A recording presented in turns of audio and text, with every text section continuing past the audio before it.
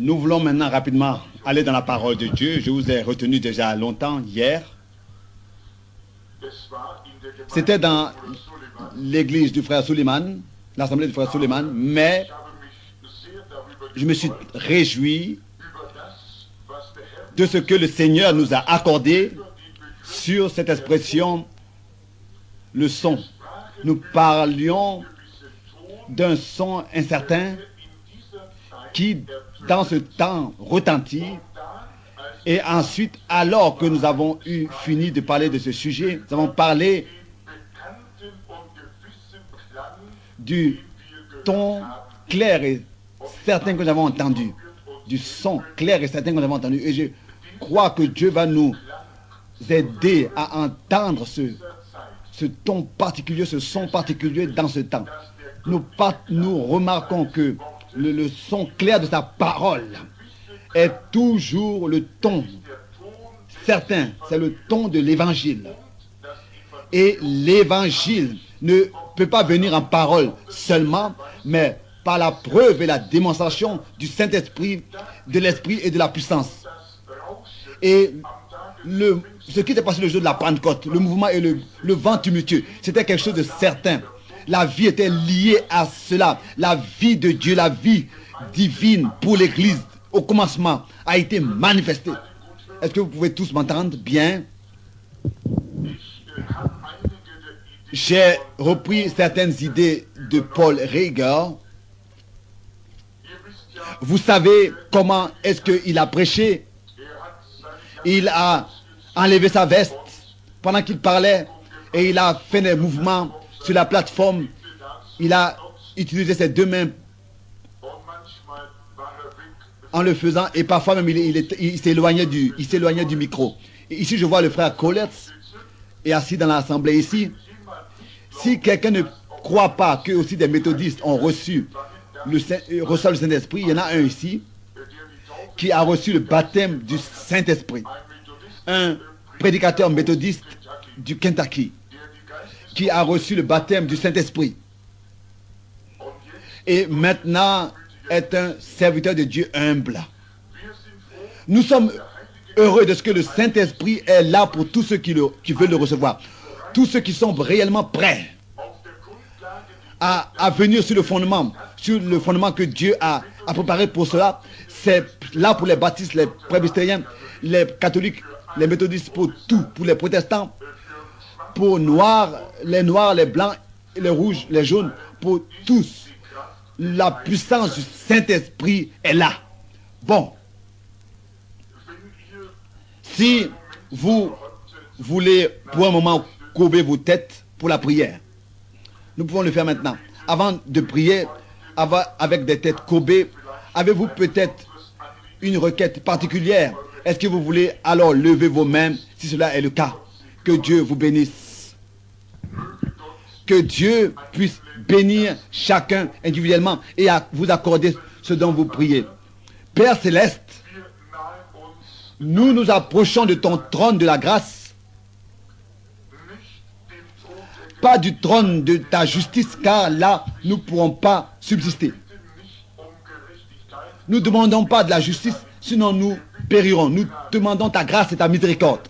Et nous venons, car c'est toi qui nous as dit que nous pouvons venir. Nous avons la promesse que nous recevons selon ce que nous te demandons. Nous venons dans la foi et nous ne doutons pas. Et nous te demandons au nom du Seigneur Jésus-Christ. Car il est écrit, ce que vous faites en parole et en action, faites-le tout au nom du Seigneur Jésus-Christ. C'est lui qui a dit, alors qu'il était sur cette terre, tout ce que vous demanderez en mon nom au Père, je le ferai. Nous sommes certains que nous recevrons ce que nous t'avons demandé, car nous venons dans la foi. Avec tout ce qui est dans notre cœur, nous croyons. Et nous te demandons au nom de Jésus, nous te demandons ta grâce et ta miséricorde et ton courage et du courage pour que nous puissions être entourés de toutes ces choses ce soir. Accorde-nous une grande portion de ton esprit dans notre cœur, tel que nous en avons besoin, accorde la foi à ceux qui ont levé leurs mains et accorde-leur selon les requêtes qui sont dans leur cœur, que de tout notre cœur nous puissions croire que tu exauceras nos prières et nos requêtes. Nous te remettons cette réunion et nous nous remettons nous-mêmes à toi, et fais ce que tu veux parmi nous et en nous, car nous nous approchons de la prédication de ta parole. Que le Saint-Esprit puisse venir et lui-même oindre ta parole et l'implanter dans notre cœur. Nous te le demandons dans le nom précieux de Jésus. Amen. Vous qui vous écrivez les versets bibliques, je vous demande d'ouvrir avec moi, et cela dans Deutéronome, le chapitre 2, à partir du verset 3. Ici, nous avons le texte. Vous avez assez suivi les contours de cette montagne, ou bien tournez autour de cette montagne, tournez-vous vers le nord.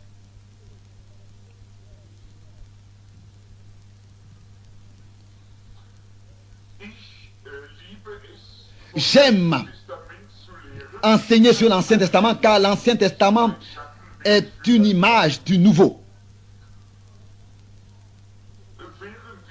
Pendant que nous nous approchons de cette sainte parole, ce soir, de ce texte, toute sa parole est sainte et est véritable.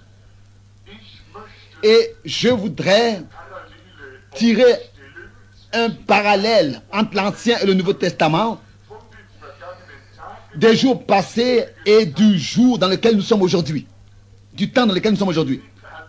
Comme très peu Israël a cru, aurait pu croire, si quelqu'un leur aurait dit qu'ils sont encore éloignés du pays de la promesse de 40 ans, alors qu'ils avaient chanté, loué, exalté et joué, alors qu'ils s'étaient réjouis et qu'ils s'étaient passés par la mer Rouge.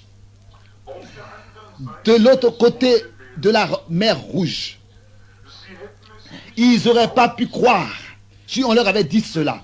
Si quelqu'un leur avait dit, vous êtes maintenant sortis de la tribulation et de la maison de la servitude, Dieu vous a délivré et vous a fait traverser la mer Rouge. C'était en fait quelques jours, c'était le chemin, le pays de la promesse était tellement éloigné à quelques jours d'où ils se tenaient. Mais c'était à cause de leur incrédulité qu'ils sont restés 40 ans dans le désert.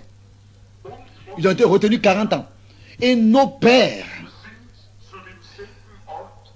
sont revenus il y a à peu près 40 ans, ou bien un peu plus, dans le même endroit, ou bien dans la même situation. Israël avait reçu un grand réveil. Ils étaient en chemin vers le pays de la promesse que Dieu leur avait accordé par un serment tel qu'il avait déjà annoncé à Abraham, et que ils allaient aller dans le pays de la promesse avec la promesse de Dieu et les bénédictions de Dieu. Le jour de la délivrance était venu, l'exode avait eu lieu et Dieu avait fait tout ce qui était nécessaire, tout ce qu'il avait promis. Maintenant, ils étaient sur le chemin vers le pays de la promesse. C'était seulement en fait éloigné à quelques kilomètres de l'Égypte. Si vous regardez sur la carte géographique, je crois que j'aurais pu entreprendre en 5 jours à pied ce trajet de l'Égypte au pays de la promesse. Si on considère le point de la mer Rouge jusqu'au point où ils traversaient le Jourdain pour entrer dans le pays. Seulement un petit voyage en fait, de quelques jours. Et malgré tout, à cause de leur incrédulité, ils sont restés 40 ans retenus dans le désert. bon, ça, c'est une chose sur laquelle nous devons penser très au sérieux. Très peu auraient pu croire que l'eau allait jaillir du désert et que la montagne de Sinaï et Kadesh Barnea et que toutes ces différentes stations-là qui se tenaient encore, qui étaient encore devant eux, en fait, et ça aurait eu seulement, c'était seulement quelques jours pour arriver au pays, et ils ne pouvaient pas croire, malgré qu'ils avaient vu tant de choses faites par Dieu et que Dieu avait fait. Ils étaient sûrs d'avoir été dans la volonté de Dieu. Comme nos pères aussi, il y a quelques années, aussi étaient certains. Ils étaient dans la volonté de Dieu, c'est vrai, mais ensuite, ils ont fait une très grave erreur. La plus grande erreur qu'Israël a faite était quand ils ont rejeté la grâce et exigé la loi. Ils ont fait la plus grande erreur dans Exode 19. C'est la plus grande erreur que Israël a faite. Exode 19. Dieu avait fait une alliance avec Abraham et c'était seulement par grâce, sans condition. Mais, quoique la grâce avait tout préparé pour eux, avait accordé un délivreur, un sauveur, un libérateur et un agneau qui avait été sacrifié pour eux, préparé pour eux. Et le plus grand réveil qu'ils avaient jamais eu auparavant. Et malgré tout, ils n'étaient pas satisfaits avec tout ce que Dieu avait fait, avec l'exode qui avait eu lieu, etc. Et avec la promesse du pays. Ils voulaient quelque chose sur lequel ils pourraient se disputer. Ils voulaient quelque chose pour pouvoir encore, par leur influence, avoir le contrôle. C'est encore aujourd'hui comme ça. C'était comme ça il y a 40 ans d'ici. Avec le mouvement, les réveils pentecôtistes. La grâce leur avait accordé et restitué les dons bibliques, leur avait restitué les bénédictions de l'église primitive. Ils sont sortis du chaos dans lequel ils existaient. Et ils sont sortis des dénominations formalistes et des organisations. Dieu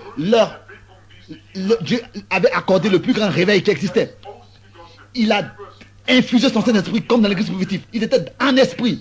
Ils chantaient et dansaient dans l'esprit. C'était un grand réveil. Comme très peu, ils savaient aussi que toutes ces années-là se tiendraient encore devant eux avant vraiment d'entrer dans l'accomplissement, dans l'achèvement. Mais tel que c'était avec Israël, c'est comme ça encore avec nous maintenant spirituellement. Nous sommes la semence d'Abraham, la descendance d'Abraham. Car un Israélite n'est pas celui qu'il est selon la chair, selon l'extérieur, mais qu'il est selon l'esprit, selon l'intérieur. Si nous sommes morts en Christ, nous sommes héritiers selon la promesse que Dieu a donnée par Jésus-Christ, notre Sauveur, notre Seigneur. Abraham n'était pas un juif. Abraham était quelqu'un des nations, était un païen. Il est venu du pays des Chaldiens, il est venu de la ville Our, et il était un païen. Bon, reconnaissez,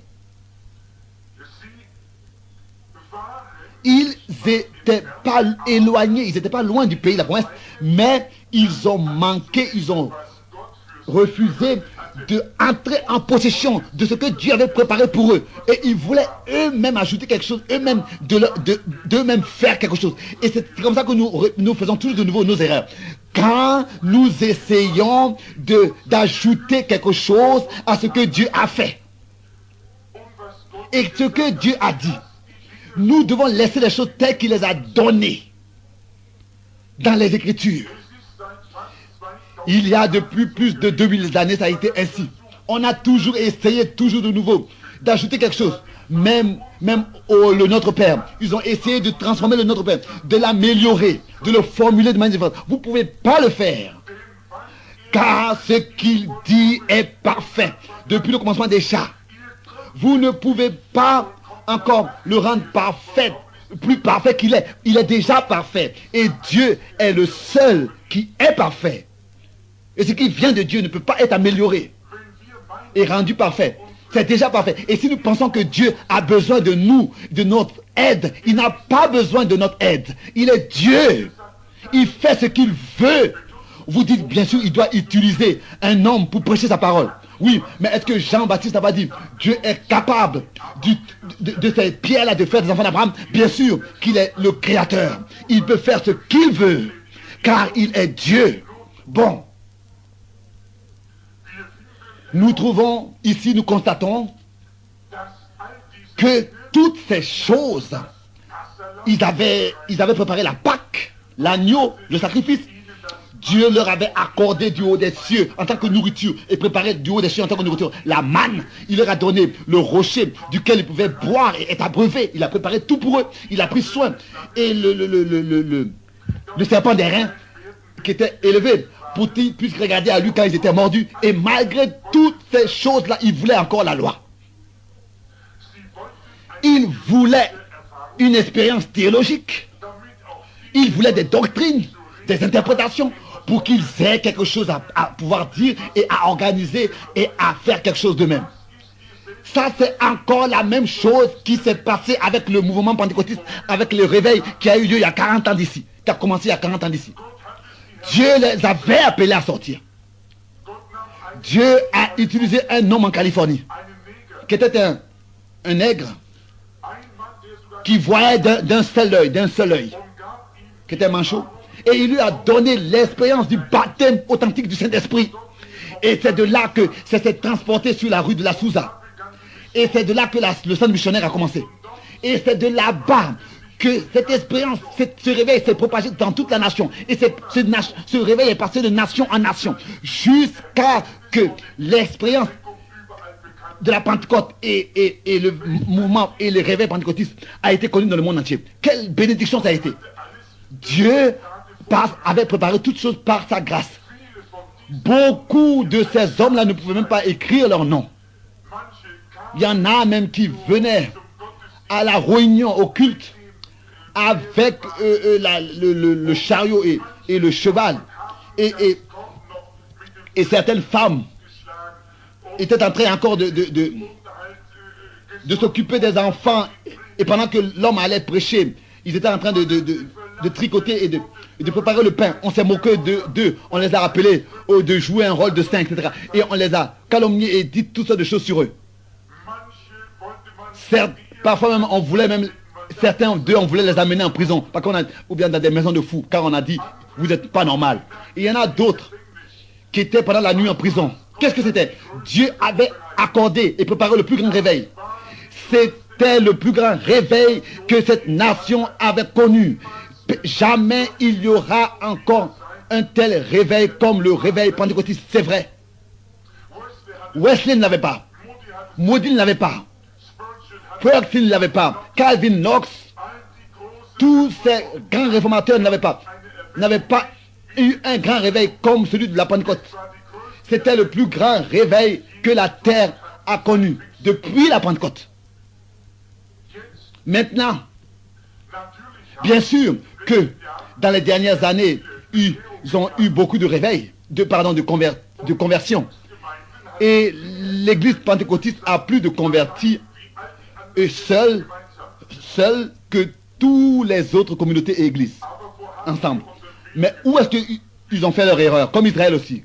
Où est-ce qu'ils ont fait leurs erreurs? Où est-ce que nous avons fait nos erreurs? Non, nous ne pouvions pas laisser les choses telles que c'était et laisser le Saint-Esprit vraiment agir, parler. Non, nous voulions faire quelque chose de nous-mêmes parce que l'incrédulité, le manque de confiance en Dieu s'est infiltré. Si Israël était allé de l'avant, tel que Dieu lui le conduisait, en 2 semaines ils auraient été sans fatigue dans le pays de la promesse.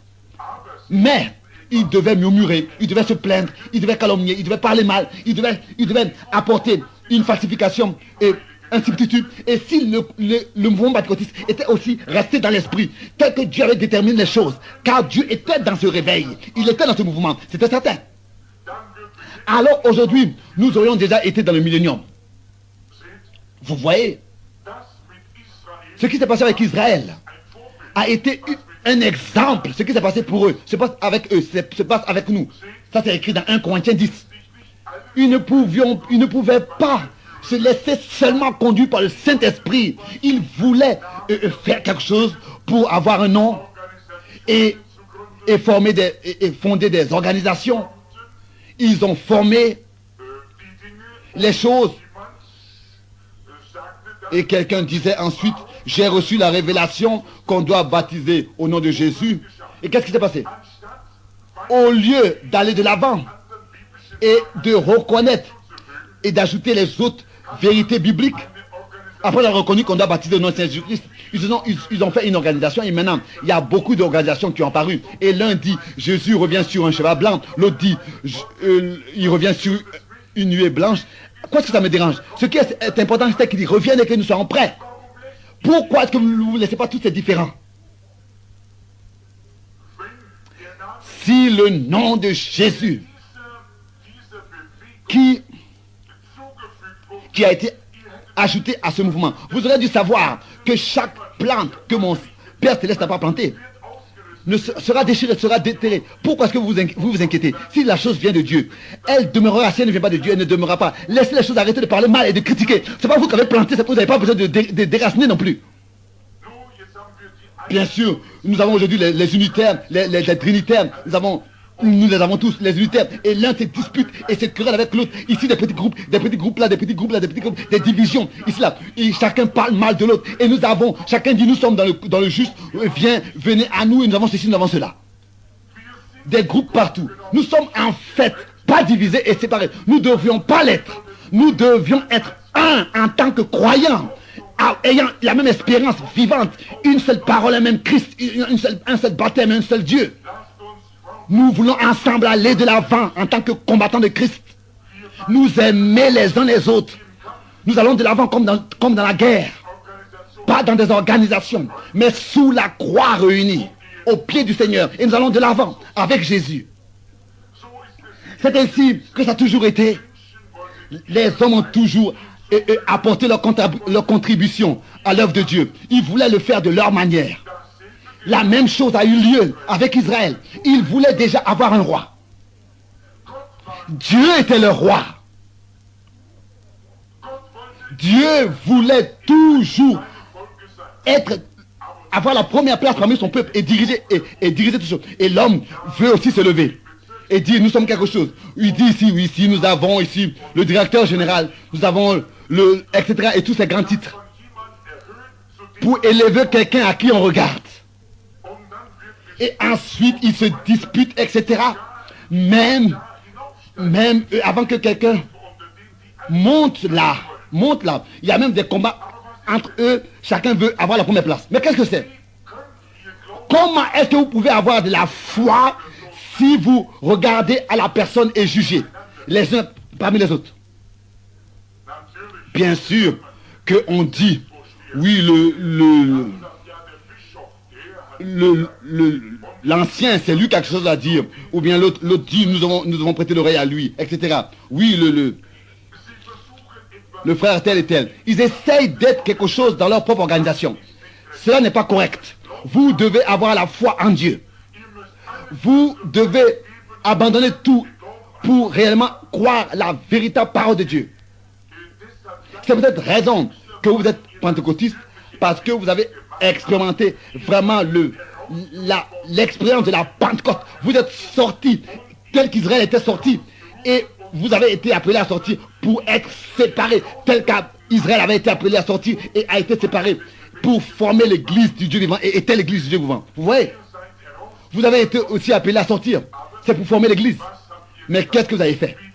De nouveau, vous avez aussi disputé. Vous vous êtes disputé.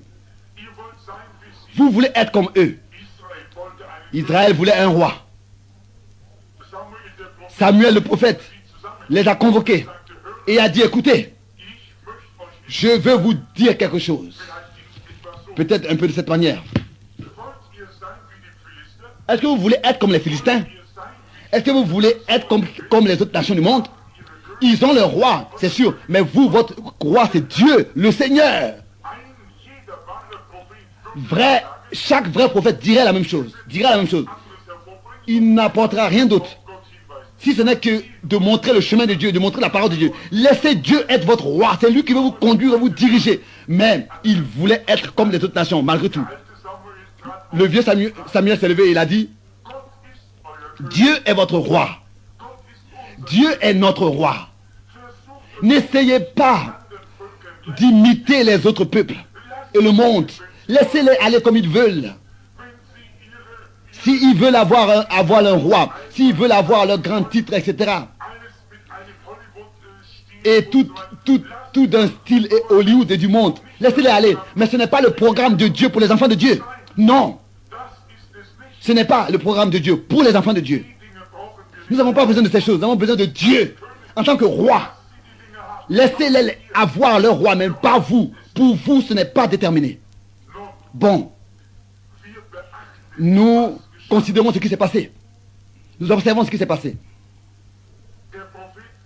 Le prophète disait à Israël, Dieu m'a envoyé à vous en tant que prophète. Est-ce que je vous ai déjà dit quelque chose au nom du Seigneur qui ne se serait pas accompli? Ça c'est 1 Samuel 12. Imaginez-vous, réfléchissez un peu. Il disait, est-ce que je vous ai déjà demandé de l'argent? Est-ce que j'ai déjà exigé de l'argent de vous? Je reçois maintenant une lettre d'un frère de l'Arizona où un grand conducteur avait une assemblée et dans l'église, dans une assemblée, c'est une petite assemblée, un petit groupe.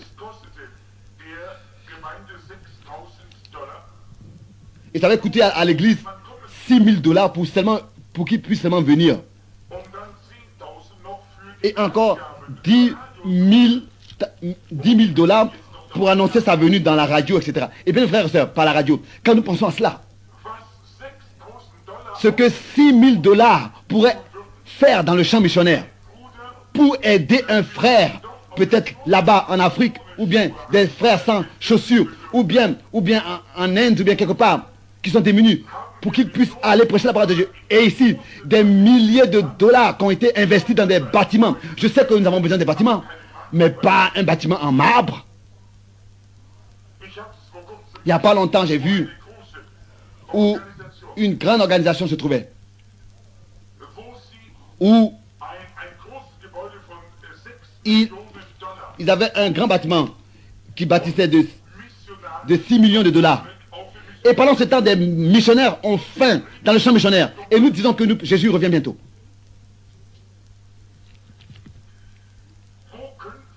Où est-ce que vous pouvez encore retrouver ce qui est correct et juste devant Dieu dans ces choses? Je ne comprends pas. Votre vie, vos actions prouvent ce que vous êtes. Jésus disait, si vous faites quelque chose et dites, vous dites quelque chose et faites autre chose, il y a quelque chose qui ne va pas. Comment est-ce que vous pouvez dire quelque chose et dans votre cœur penser différemment? Non, vos actions parlent plus fort que vos paroles. Si nous croyons que Jésus revient, pourquoi est-ce que nous faisons ces choses alors? Pourquoi est-ce que nous pouvons encore critiquer et parler de ces choses? Nous avons plus de temps pour ça. Où vous dites, est-ce que je vous ai déjà dit quelque chose qui ne se serait pas accompli? Non, ils ont dit, tout ce que tu as dit s'est accompli. Alors il a demandé, quand est-ce que j'ai pris votre argent? Ils ont dit non, jamais. Alors, si vous voulez vous conformer à ce siècle présent et vous comporter comme ce monde, si vous voulez avoir un autre roi en dehors de Jéhovah, votre roi, alors vous serez comme ces nations-là. Oui, ils veulent avoir quelqu'un avec qui ils peuvent parler, à qui ils peuvent regarder, quelqu'un qui se tient devant eux. Oh frère, si vous êtes assez spirituel, alors Dieu va parler avec vous. Il répondra à vos questions. Mais vous ne devez pas rester sans naître d'en haut. D'abord, il faut que la nouvelle naissance ait lieu. C'est ainsi que vous serez enseigné par Dieu. Nous pensons à la nouvelle naissance, nous pensons au baptême du Saint-Esprit. Comment est-ce que vous êtes venu ici dans ce monde? Vous êtes venu dans cette vie par la naissance naturelle. Ce n'était pas possible autrement. Vous êtes ici maintenant, vous pouvez ici vivre, vous avez ici tout dans le domaine naturel. Donc, il y a eu une naissance naturelle qui a eu lieu. C'est ainsi aussi avec la naissance spirituelle. Si vous n'êtes pas né d'en haut, né de nouveau, vous ne savez, vous ne comprenez pas les choses du royaume de Dieu et ce qui se passe dans le royaume de Dieu. Si quelqu'un dirait, il y a quelqu'un qui avait un grand magasin et il serait allé par exemple au cimetière pour aller chercher tous les cadavres là et pour les embaucher dans mon magasin. Qu'est-ce qu'on dirait? On dirait qu'il n'est pas normal, il est fou. Il faut qu'il aille chercher ceux qui vivent, qui sont vivants. Il ne peut pas aller chercher des cadavres pour travailler dans son magasin. C'est ainsi ici. Nous avons le nom que nous vivons, mais tout est mort. Nous avons le nom que nous vivons, mais tout est mort. Vous ne pouvez pas chercher les vivants chez les morts dans le cimetière. Non, vous devez aller là où Dieu les a rendus vivants. Ça ne sert à rien, vous pouvez aller prêcher l'évangile dans le cimetière. Ça ne servira à rien, ils resteront des cadavres. Alors, si nous disons que le Seigneur revient et que nous devons aller sur la rue, dans la rue et rendre témoignage de sa venue, comment ils pourront le faire s'ils sont morts? Nous devons naître d'en haut. Nous devons recevoir la vie de Dieu. Nous devons revenir au principe de la vie chrétienne. Revenir au baptême Saint-Esprit. Revenir à la nouvelle naissance. Revenir aux prières, aux réunions de prière. Revenir au feu de Dieu. Bien sûr. Vous dites, j'appartiens à cette église, j'appartiens à ceci. Es-tu un chrétien? Oui, j'appartiens à ce groupe. Ça, c'est quelque chose. C'est pas de ça qu'il s'agit. Est-ce que vous comprenez de quoi il s'agit ici? Ce que j'essaie de dire. Certains de vous qui dites que vous appartenez à des dénominations, à ceci, à cela, réfléchissez à ce que vous faites. Je sais que vous êtes de bons frères, comme ce jeune qui est venu et qui avait mangé une tranche de viande. Et ensuite, il y avait un vieux chat qui s'était approché alors qu'il était en train de manger et alors la mère a dit, écoute, fais attention, hein, fais attention au chat, sinon si tu ne fais pas attention, il va te prendre ta viande. Hein. Alors, cela s'est passé. Vous voyez, on doit revenir réellement au poids de l'évangile. On veut placer les choses où elles ont leur place, où elles avaient leur place dans l'église primitive. Et l'église a fait la plus grande erreur. Alors qu'elle a fait la première organisation, qu'est-ce qu'elles ont fait? Bien sûr, on a manifesté certaines choses, etc. Si vous êtes de véritables croyants, alors Dieu nous a promis qu'il plante et il laisse arroser. Ne vous inquiétez pas, ça va porter son fruit. Car chaque plante que mon Père Céleste n'a pas plantée sera déracinée. Mais ils doivent le faire, malgré tout. Bon, nous voyons que après toutes les bénédictions qui sont venues sur Israël, ils voulaient malgré tout, comme cela est écrit dans Exode chapitre 19, ils voulaient la loi. Ils voulaient quelque chose, ils voulaient faire quelque chose d'eux-mêmes. Ils voulaient observer le sabbat, ils voulaient observer certaines prescriptions d'après lesquelles ils pourraient se diriger, etc. Et si vous pouvez faire une chose pour vous sauver, où reste alors la grâce? La loi, c'est ce que vous faites. Mais Dieu vous a prouvé sa grâce en vous prouve sa grâce en vous sauvant. Comme je l'ai souvent dit. Vous voyez, comment est-ce que Dieu a conduit toutes ces choses? Et dans son amour, nous faisons ce qu'il nous ordonne de faire. Mais nous ne le faisons pas pour être sauvés. Nous le faisons parce que nous sommes sauvés. Ce n'est pas la loi qui nous conserve. C'est l'amour qui nous conserve. C'est peut-être pour ça que j'aime Dieu. Pas parce que j'ai peur qu'il m'enverrait en enfer si je ne l'aimais pas. Non, je l'aime tellement que je veux faire ce qui est agréable à ses yeux. Je ne veux jamais blesser Dieu. Je veux lui être agréable. Pourquoi? Parce que je l'aime. Et si femmes et hommes arrivent dans cet état où ils sont poussés à la prière, pas qu'on soit obligé on les oblige à prier. Tu sais, aujourd'hui, c'est de nouveau la réunion de prière et ils préfèrent peut-être rester à la maison. Non, pas de vous sentir obligé. Mais si c'est le Seigneur qui est votre joie et que votre joie c'est le Seigneur et que vous avez tout trouvé en lui, alors vous serez toujours à la réunion. Toujours. Là où l'église se réunit. Il y a 40 ans d'ici, l'église était dans une meilleure disposition pour rencontrer le Seigneur qu'aujourd'hui. Ils vivaient plus proche de Dieu qu'aujourd'hui. Ils avaient plus l'Esprit de Dieu parmi eux comme aujourd'hui, qu'aujourd'hui. Qu'est-ce qui s'est passé? Qu'est-ce qui se passe? Nous nous sommes séparés des autres, mis à part. Et on dit, oh, ils ne sont pas corrects, ils ne sont pas justes, mais nous avons ce qui est correct. Hein, on se sépare des autres, on fait quelque chose d'à côté. Hein, des différences dans l'enseignement, etc. Oh, ils sont dans l'erreur, mais nous sommes... Dieu, c'est pas ça qui est important devant Dieu, comme vous le pensez. Paul disait, si je connaissais tous les mystères, j'avais toute la foi, et que je vendrais tout ce que j'ai aux pauvres, et que je n'ai pas l'amour, je ne suis rien. Et que ça, c'est l'amour de se mettre à côté, faire quelque chose à côté, et puis critiquer les autres. Nous sommes mélangés dans nos propres affaires. Si vous essayez de vous diviser, de vous séparer, ça prouve déjà que vous n'avez pas la foi. J'appartiens à ce groupe, j'appartiens à ce groupe. Je ne veux rien avoir à faire avec lui. J'ai mon assemblée, j'ai ma réunion. Est-ce que tous n'ont pas reçu le Saint-Esprit? Est-ce que tous ne parlent pas la langue? Est-ce que tous ces groupes-là n'ont pas aussi des choses bonnes et des choses mauvaises, comme ça a toujours été? Et Dieu a donné à celui-ci le Saint-Esprit. Dieu donne le Saint-Esprit à ceux qui lui obéissent. Qui lui obéissent? Ceux qui croient et qui l'ont reçu et qui croient toute sa parole et qui marchent dans sa parole.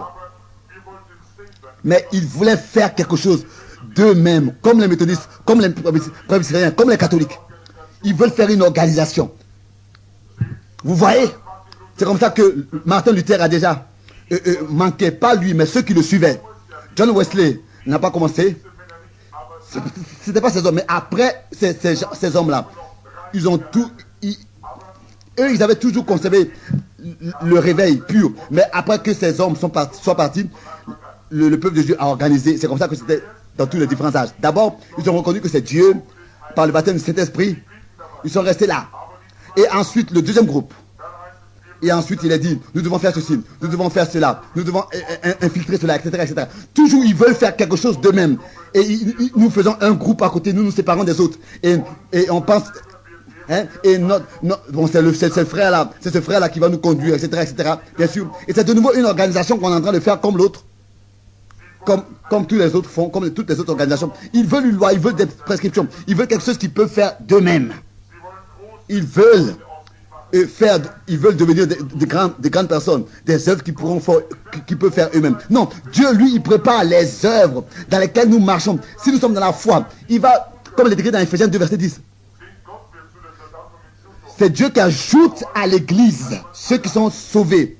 Aujourd'hui, on fait tout pour réunir de l'argent pour payer le prédicateur.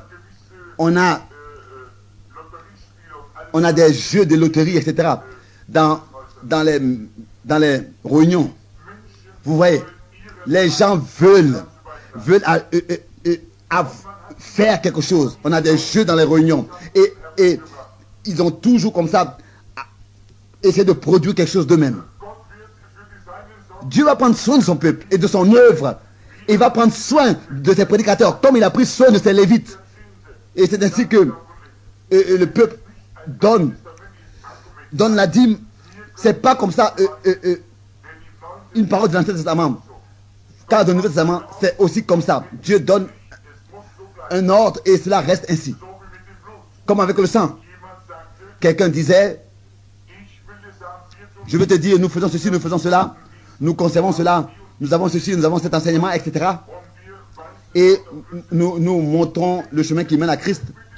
Vous combattez avec le vent, il y a seulement un seul chemin à Christ, c'est par le sang. Dieu ne peut pas changer sa façon de faire. Nous venons à Christ par le sang versé sur la croix à Golgotha. Vous voyez, il n'y a pas un autre chemin. C'est là que nos péchés ont été ôtés. Et c'est seulement comme ça que l'esprit pourra et la vie pourront revenir sur nous. C'est ainsi que nous devenons des fils et des filles de Dieu. Et que nous sommes une nouvelle créature en Christ, notre Seigneur. Alors nous avons les mêmes expériences qu'ils ont eues au commencement. Nous vivons la même vie. Nous avons les mêmes œuvres que les premiers chrétiens. Comme il avait au commencement. Oui. Exode, chapitre 19. 11 jours auraient suffi. 11 jours de Sinaï à Kades Barnea. Et qu'est-ce qui s'est passé? Ils ont de nouveau là-bas fait une très grande erreur. Et à Kades, ils ont douté la parole de Dieu. De ce temps, ils suivaient longtemps le chemin de Dieu. Mais là, à Kades, ils ont fait leur plus grande erreur parce qu'ils n'ont pas pu croire que Dieu aurait pu accomplir sa parole. Bien sûr, ils ont essayé de faire leur organisation. Ils ont essayé d'envoyer 12 espions. Et il y en a 2 qui ont ramené la preuve que c'était un bon pays. Josué et Caleb ont porté sur leurs épaules cette grappe de raisin. Et elles étaient très bonnes. Ils ont dit, oh, c'est quelque chose de merveilleux. Mais quand ils ont eu des réunions, alors les autres déjà ont donné leur prédication. On dit, non, nous ne pourrons pas nous emparer de ce pays. Nous sommes comme des petits insectes devant eux. Là-bas, il y a les évêques et les cardinaux, etc. Tous ces grands hommes vus, etc. Énormes. Qui sommes-nous? Nous n'avons même pas terminé le primaire. Et là, il y a les docteurs de la théologie, etc. Qu'est-ce que nous voulons faire avec eux? Qu'est-ce que nous pouvons faire là-bas? Ce n'était pas le cas. Dieu avait promis de les amener dans ce pays. L'instruction n'avait rien à faire avec ça. Dieu avait promis d'envoyer le Saint-Esprit. Et celui qui veut venir, qu'il vienne recevoir la même expérience de la Pentecôte. Ça n'a pas d'importance. Si vous ne pouvez pas faire la différence entre les différents cafés, par exemple. Ce qui est important, c'est d'expérimenter Dieu dans ses promesses. Regardez Pierre et Jean là-bas, à la porte du temple. Alors que cet homme qui était paralysé depuis sa naissance, la Bible dit qu'ils étaient sans instruction. Et malgré tout, on devait prêter l'oreille à ce qu'ils disaient. Parce qu'ils étaient avec Jésus, ils avaient été avec Jésus et les miracles et les signes, les prodiges avaient lieu par eux. Et ça, c'est ce qui se passe avec chaque personne qui a réellement reçu le baptême de cet esprit, l'expérience de la Pentecôte. Il ne s'agit pas des diplômes que vous avez. Ça n'a rien à faire avec cela. Non. Que les hommes puissent savoir que vous vivez avec Jésus, qu'ils puissent reconnaître par votre parole, par votre marche, que votre feu brûle du feu de Dieu, que votre âme brûle du feu de Dieu, et que vous avez reçu l'infusion du baptême de cet esprit. Oh, regardez, aujourd'hui, quand on voit comment est-ce que les baptistes, comment les églises marchent, j'ai quitté les baptistes pour aller aux pentecôtistes, parce que je savais qu'ils avaient quelque chose. Mais, maintenant, je vois que les pentecôtistes sont gravement organisés comme les baptistes aussi. Et maintenant, il y a des disputes parmi eux, des divisions et des groupes. Et maintenant, nous regardons autour de nous. Autrefois, ils avaient entrepris un voyage de 11 jours. Un moment d'où ils avaient reçu la théologie jusqu'au désastre total, c'est-à-dire que jusqu'à l'incrédulité totale. Et il y en a 2 qui sont revenus qui avaient la preuve. Le mouvement pentecôtiste, il y a 50 ans ici, ils avaient vraiment une bonne preuve que le pays est là. Ils avaient les dons qui avaient été restitués. Mais c'était pas la seule preuve du temps de Caleb et Josué. Il n'y avait pas seulement les grappes de raisin en tant que preuve. Il y avait tout un pays en tant que preuve. Mais les pentecôtistes se sont satisfaits d'avoir le parler en langue, d'avoir les dons. Et c'est comme ça que l'église pentecôtiste, il se satisfait d'avoir les grains de raisin. Il dit seulement à Actes des Apôtres 2, verset 4, Actes des Apôtres 2, verset 4, etc. Il se satisfait d'avoir les raisins, c'est tout. Alors qu'il y a tout le pays qui est là. Et ces raisins qu'ils ont là, qui sont déjà pourris depuis longtemps, et personne ne peut maintenant les manger. Et vous savez que votre doctrine là est fausse depuis longtemps. Tout est lié maintenant dans des organisations. Il y a tout un pays qui est là. Mais il y a une chose. Moi, ils ne pourront jamais me mettre dans une cage. Je suis libre de prêcher comme la Bible dit. Personne ne pourra m'empêcher de le faire. Tant que Dieu me permet de vivre, je vais me tenir là avec la vérité de la parole de Dieu pour prêcher la parole de Dieu. Oui. Je ne le dis pas contre les hommes dans les organisations, mais contre leur système. Vous voyez. La loi leur a pas donné de grâce, non, non plus. La loi ne leur a pas amené dans le pays de la promesse, non plus. Non, reconnaissez que ce n'est pas la loi qui les a amenés dans le pays de la promesse. Ils disaient, nous ne pouvons pas le faire. Vous méthodistes, vous baptistes, vous tous, vous êtes arrivés jusqu'à la limite du pays. Et ensuite vous avez dit, je ne peux pas entrer. Qu'est-ce que les gens vont dire? Qu'est-ce que les méthodistes vont dire? Qu'est-ce que leurs organisations vont dire? Qu'est-ce que les autres organisations vont dire? Quand je vais parler en langue, et quelqu'un va dire, mais oh, qu'est-ce qui s'est passé avec lui? Ils vont me faire sortir de l'organisation. Vous voyez? La même chose. Laissez-moi vous dire la chose de cette manière. Hébreux 6 et Hébreux 10. Vous pouvez lire dans ces deux chapitres. Nous qui avons déjà été une fois éclairés et qu'on participé au Saint-Esprit et au monde à venir et goûter ces bénédictions et qu'on reçu la connaissance de la vérité et ensuite se détournent et qui sont tombés et crucifiés pour leur part le Fils de Dieu et l'excès de l'animonie, ils ne pourront pas être régénérés. Si un homme est appelé à être prédicateur, bien sûr, le Seigneur l'appelle. Ça c'est Hébreux 6 à partir du verset 4. Bon, il se repentit de ses péchés. Il se repent de ses péchés. Il est sauvé, il devient un croyant. Et peut-être qu'il peut pas encore être délivré de la cigarette. Et il a encore des choses du monde dans ses pensées, le désir dans son cœur, etc. Et ensuite, il va à l'autel, il demande à Dieu, sanctifie-moi. Le deuxième pas de la grâce. Et il regarde dans le pays de la promesse. Et il arrive à la limite. Et ensuite, il ne peut plus continuer à marcher. Alors, il doit traverser le Jourdain, c'est tout. Ou alors rester. Vous voyez? Il a été éclairé, il a participé et a eu part au Saint-Esprit. Il a goûté la bonne parole de Dieu. Christ est la parole, la vérité. Comment est-ce que nous entrons en Christ? Pas par une organisation, non. Par quoi? Par un baptême d'eau, non. Par un seul esprit, nous sommes tous baptisés dans un seul corps. Méthodistes, baptistes, presbytériens, luthériens, unitaires, trinitaires, que vous soyez. Par un seul esprit, tous nous sommes baptisés dans un seul corps. Nous avons été baptisés dans un seul corps. Mais celui qui a reçu la connaissance, il regarde dans le pays, à la limite, il dit, oh c'est merveilleux. Mais si je reçois cela, alors les dénominations vont me mettre dehors. C'est pas possible. Les dénominations ne croient pas à ces choses. Qu'est-ce que mes parents vont dire? Mon église va dire? Qu'est-ce que mon entourage va dire? Alors le président de l'église va venir et quelques membres avec lui et ils vont me dire, si tu fais ceci et cela, on te sortira de notre organisation. Si tu vas écouter celui-ci et celui-là, alors on te fera sortir de l'organisation.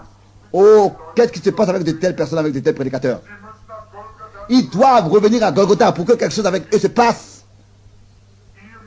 Vous devez être convaincu que c'est la parole de Dieu et que la puissance de Dieu vient sur vous, le Saint-Esprit vous remplit. Et alors vous vous tenez là avec Christ. Alléluia. Un homme va devoir respecter son prochain. S'il voit que quelqu'un est un homme qui se tient pour ce qui est juste, pour ce qui est vrai, on doit ôter son chapeau devant des personnes qui se tiennent pour ce qu'ils ont reconnu de la Bible là. Ils se tiennent là dans tous les principes, pour ce qui est juste. Ils prennent cela comme un principe à respecter. Nous devons avoir du respect devant des personnes qui ont pris leur position devant Dieu pour sa parole. Avoir du respect, bien sûr. C'est ainsi que ça doit être avec Dieu.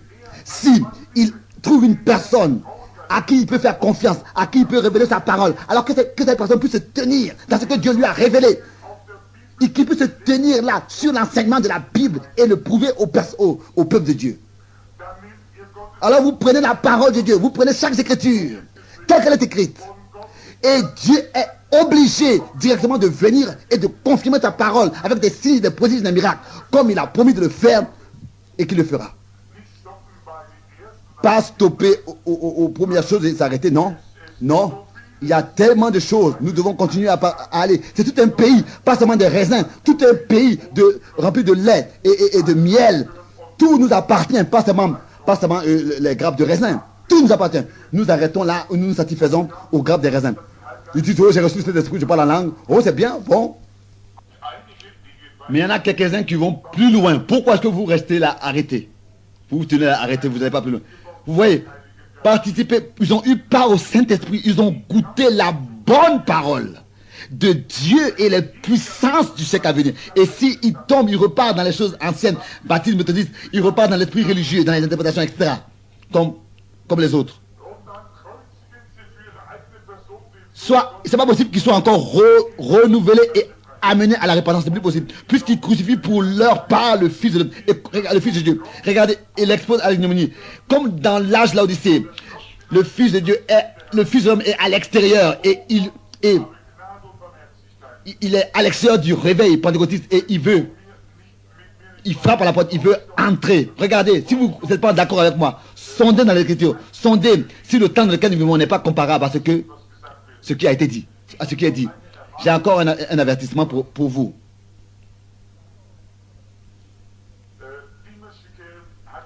Dimensi Kérien l'a documenté. Et vous savez, je l'ai déjà dit, là-bas, à l'ONU, quelqu'un avait parlé en langue française. Et après, la traduction, donc l'interprétation est venue par quelqu'un qui ne connaît même pas le français. Et il lui a été dit, tu as choisi le chemin le plus difficile, c'est pour cette raison qu'une grande rémunération t'attend au ciel. Et je l'ai écrit ici. Le frère Demensu Kérien. Et par un notaire, il a laissé confirmer. Et cet homme qui était un baptiste et qui subitement a été baptisé dans cet esprit cette tenue-là. Et il parlait en langue et quelqu'un d'autre a interprété. Et là-bas, à Los Angeles. Mais qu'est-ce qui se passe maintenant? Maintenant, c'est Hollywood dans l'église. Hollywood, le monde. Aujourd'hui, on dit, donne 25 $ et je vais prier pour toi. Ou bien, donne une partie de ta récolte, sinon ta récolte va s'abîmer, va pourrir. Il s'agit toujours de l'offrande. Quand est-ce que dans l'église primitive, ou bien, depuis quand est-ce que les pentecôtistes sont derrière l'argent? Mais bien aimés frères, dans les jours de la Bible, ils ont vendu tout ce qu'ils avaient et ils l'ont partagé parmi eux. Et aujourd'hui, on doit toujours avoir le dernier modèle des voitures, sinon on n'est pas spirituel. C'est une abomination, c'est du péché. Et si on ne peut pas construire un palais comme église, comme les autres, alors on pense que ce n'est pas correct. Ce dont nous avons besoin, ce n'est pas d'un meilleur bâtiment, d'une meilleure église. Même si nous étions une mission pauvre, même si nous réunissions en bas d'un arbre, ce dont nous avons besoin, c'est de la même puissance, du même feu, des mêmes expériences que les croyants avaient au commencement. Nous sommes dans un état terrible et nous ne nous en rendons même pas compte. L'église, qu'est-ce que c'est? Nous sommes divisés. Dans une ville, l'un va là, l'autre va dans ce groupe. Des grandes organisations. Chacun est dans ses propres pensées. Et chacun pense avoir raison. Et cela montre en symbole ce qui s'est passé autrefois. C'est pas, on refait la même chose aujourd'hui. C'est pas pour rien que c'est écrit que ces choses se sont passées comme exemple pour nous, que je vais arriver à la fin. Je pense que le retour du Christ est déjà mûr. Mais Dieu use de patience. Il ne veut pas que quelqu'un périsse. Il use de patience. Il attend. Il retient la colère pour que quelqu'un puisse, les derniers puissent encore être ajoutés et entrer et être conduits à la repentance. Comme c'était du temps de Noé. C'est comme ça que ce sera dans le jour du Fils de l'homme. Dieu était du temps de Noé, patient. Il voit l'église dans cet état actuel. Qu'est-ce que c'est? Au lieu de venir dans l'état biblique et correct devant Dieu, on continue dans notre façon de faire. On devrait déjà être en train de servir le Seigneur dans ce qui lui est agréable, comme autrefois. Mais ils ont fait les mêmes erreurs. Et nous faisons les mêmes erreurs qu'ils ont fait autrefois. Et autrefois, à Kadesh Barnea, après 40 ans, à cause de l'incrédulité, ils se sont organisés. Les gens, qu'est-ce qui s'est passé? Vous dites, mais quelle organisation? Mais tous, sans exception, laquelle des organisations, tous, séparez-vous mon peuple. Vous dites, oui, mais est-ce que je peux être dans l'église pentecôtiste, est-ce que je peux être dans cette église et recevoir le baptême de cet esprit? Bien sûr, Dieu vous accorde son esprit.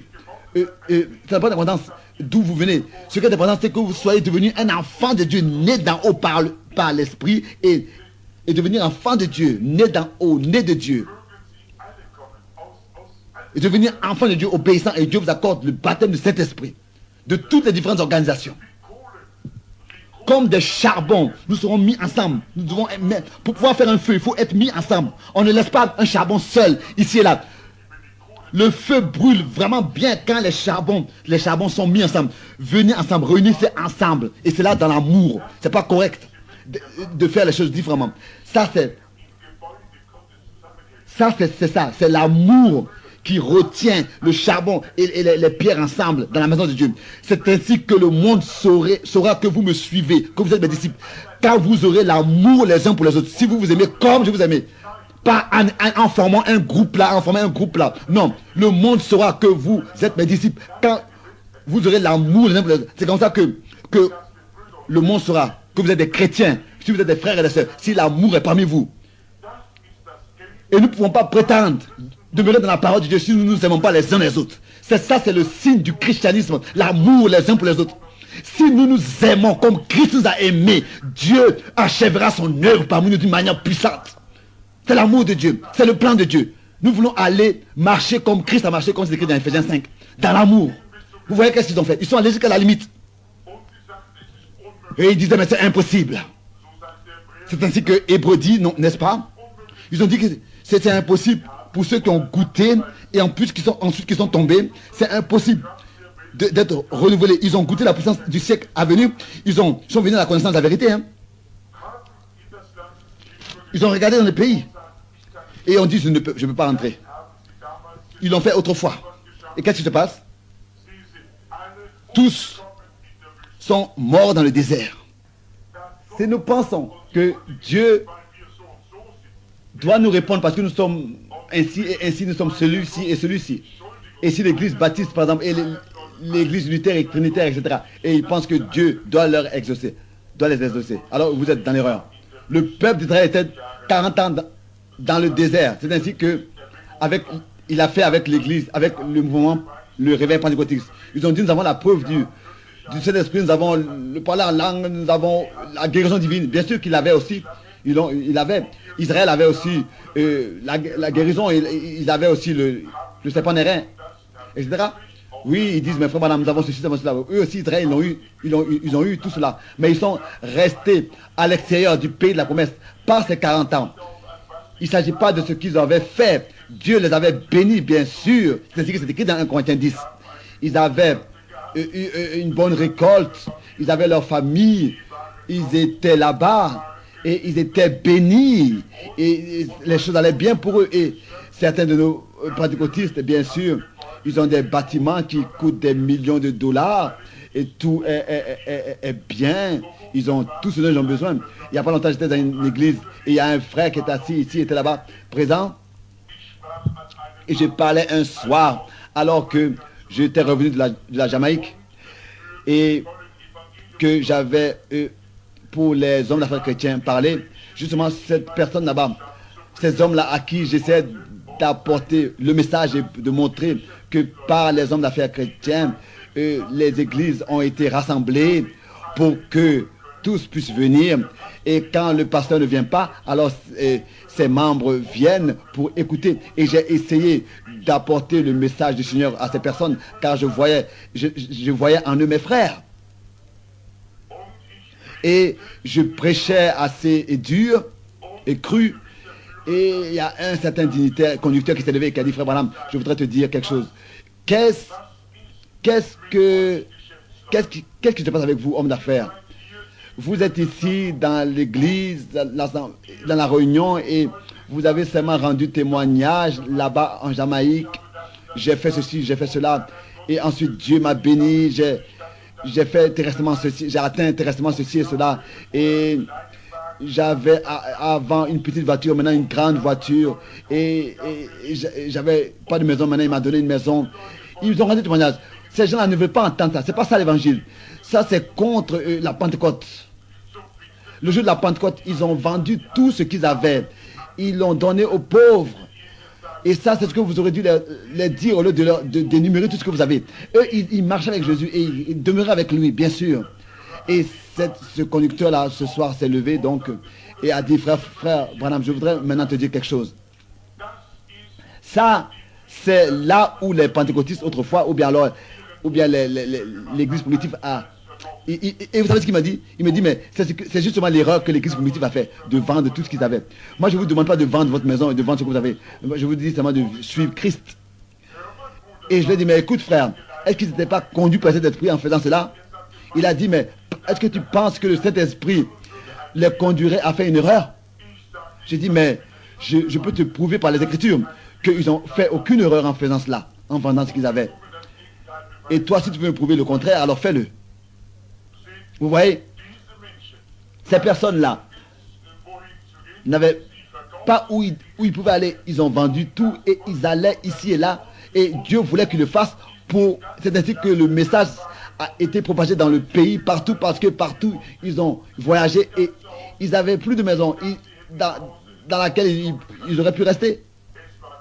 C'était la volonté de Dieu autrefois.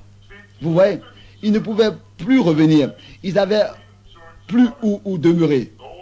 Oh, nous les Américains, nous sommes devenus gras. Nous avons tout ce dont nous avons besoin. Nous ne voulons même plus écouter ce que le Saint-Esprit nous dit. Vous voyez, ils ne veulent plus. La chose est la suivante. Vous savez que le sceau du Saint-Esprit doit être appliqué dans ces derniers jours. Et les Écritures disent que ceux qui là ont trouvé la grâce de Dieu, qui se lamentent et qui pleurent à cause de toutes ces abominations qui sont dans la ville, comme c'est écrit dans Ézéchiel chapitre 9. Qui de vous pleure et crie à cause de l'état de la ville dans laquelle il se trouve et de l'état même de l'église? Est-ce que je peux en trouver 5 dans ma ville? Est-ce que vous pouvez en trouver dans votre ville, dans votre assemblée, 5, ne serait-ce que 5, qui se lamentent à cause de l'état de la ville? Quelqu'un peut lever la main? Vous connaissez quelqu'un? Est-ce que vous l'êtes vous-même? Alors levez la main. Est-ce qu'il y a quelqu'un qui se lamente et qui pleure à cause de ce qui se passe dans l'église du Seigneur? Personne, vous voyez, personne ne lève les mains. Nous avons besoin du zèle, du feu de l'esprit. L'église doit revenir à son état primitif. Nous sommes gras aujourd'hui, nous sommes gros, nous vivons, nous comportons comme le monde, nous faisons comme le monde, nous parlons comme le monde, nous allons dans des choses du monde et dans des dénominations, dans des organisations, dans des bâtiments, tout est là. Et ils disent Alléluia, hein, comme Demis Duplessis a dit, nous sommes maintenant, comme il a dit, maintenant il y a des grands enfants, il n'y a plus des enfants. Mais Dieu n'a pas de grands enfants, Dieu a seulement des enfants. Dieu n'est pas grand-père, Dieu est père. Mais qu'est-ce que c'est? Nous apportons nos enfants, ils viennent et ils disent, ah, il appartient à l'église pentecôtiste, c'est bien, il est devenu pentecôtiste. Qu'est-ce que cela a à voir avec la Bible? Un fils de Dieu est dans le feu. Il est plein de feu. Il ne regarde pas quelqu'un. Il se tient là et rend témoignage. Rien ne peut le retenir. Il va de l'avant avec Dieu, conduit par le Saint-Esprit. Il suit l'Esprit. Et comme dans le prophète Ézéchiel, c'est écrit, des chariots avec les roues, etc. Et les êtres vivants. Vous voyez, c'était des êtres vivants, pas des êtres morts. Soyez attentifs. Ils demeuraient là. Mais ils avaient leur famille là-bas. Ils étaient bénis. Dieu prenait soin d'eux. Même leurs chaussures ne s'usaient pas. Ils avaient un temps merveilleux. Dieu avait pris soin d'eux terrestrement, etc. Et spirituellement aussi. Mais jusqu'à quand est-ce qu'ils sont restés là? La Bible dit qu'ils sont restés là jusqu'à que tous les vieux combattants soient morts. C'est écrit dans Deutéronome, les premiers chapitres. Tout ce qu'on dit, gloire à Dieu, nous appartenons à l'église pentecôtiste, nous appartenons ici, nous appartenons là. Alléluia, gloire à Dieu. Les autres sont déjà, tous les autres sont dans l'erreur. C'est nous sommes Nous sommes ceux qui sont fondés sur la prophétie, et ceci et cela. Et ils se sont disputés sur certains enseignements les uns avec les autres jusqu'à qu'ils soient morts. C'est ainsi. Maintenant que c'est répété, ils sont morts. Chaque organisation est morte. Et je peux prendre chaque théologien qui pense qu'il est un historien. Peut-être qu'il y en a deux ce soir parmi nous, l'un des meilleurs des historiens dans cette ville. Et montrez-moi, où est-ce que Dieu, par un réveil surnaturel, aurait agi quand l'Église s'est organisée, s'était organisée? Où est-ce que des choses surnaturelles ont lieu? Où est-ce que ce que Dieu fait a lieu? Pas jamais après qu'ils se soient organisés, car ils meurent et ils ne se tiennent plus, ils ne se relèvent plus. Montrez-moi où est-ce qu'une organisation de nouveau se serait relevée. Non, ils meurent dès qu'ils s'organisent. C'est comme ça que c'est passé avec l'église pentecôtiste. Ces vieux combattants, ils disaient oui, nous avons quelque chose de nouveau. Et ils ont dit Alléluia. Et ils sont restés là. Ils se sont arrêtés là, à dire Alléluia. Les uns se diffèrent des autres.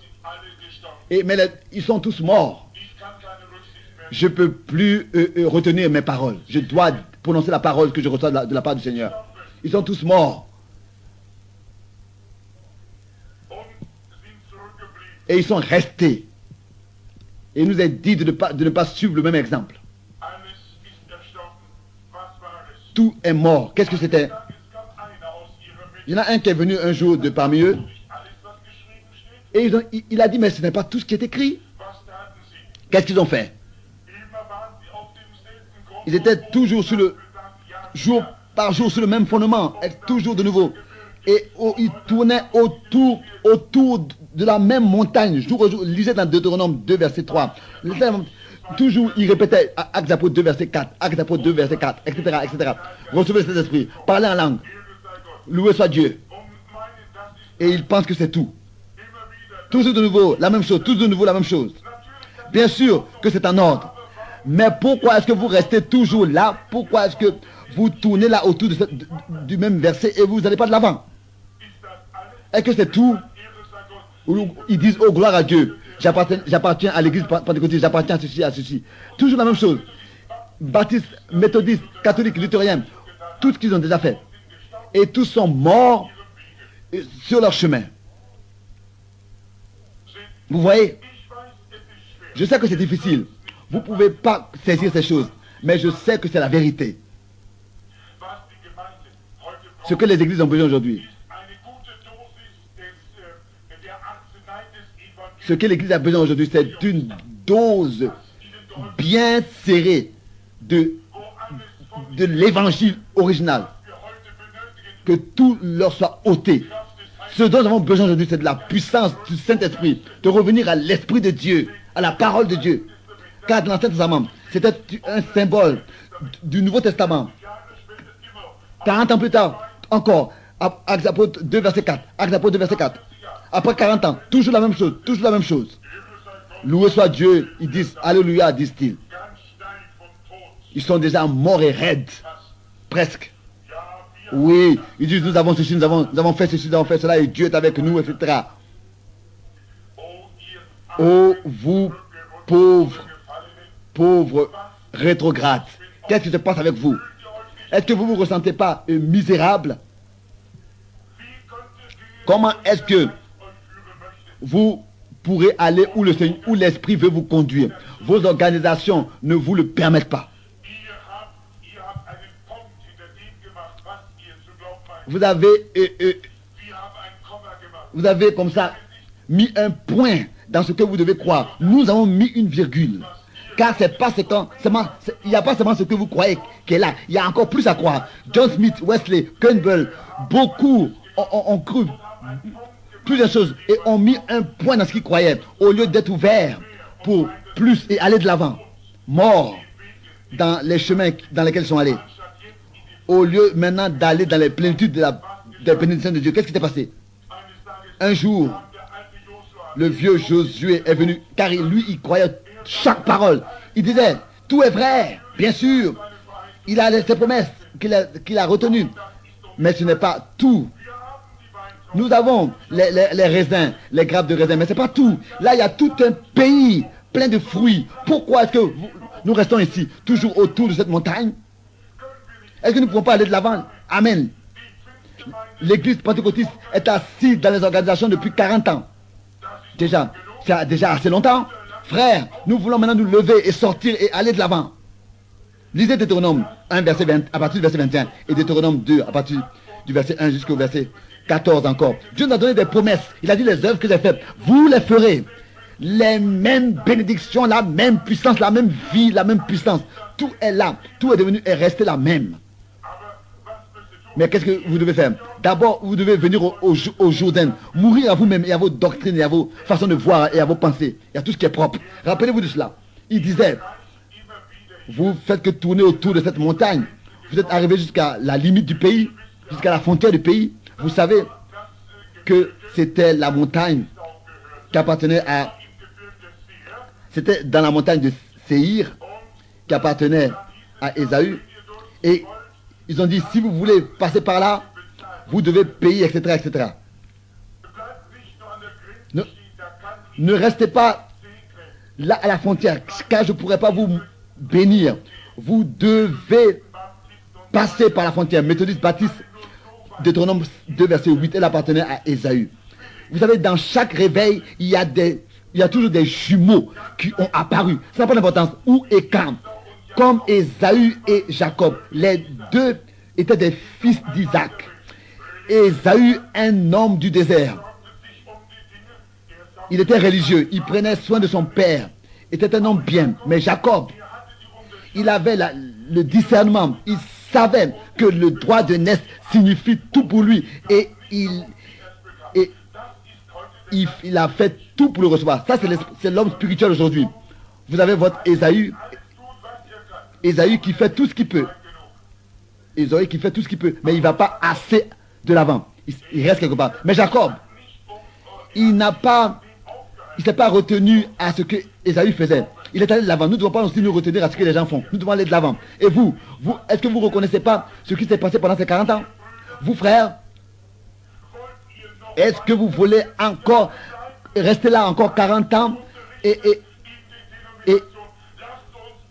participer aux fléaux qui vont venir sur ces dénominations? Nous voulons sortir. Le pays de la promesse est là. Chaque promesse de ce livre nous appartient, la Bible.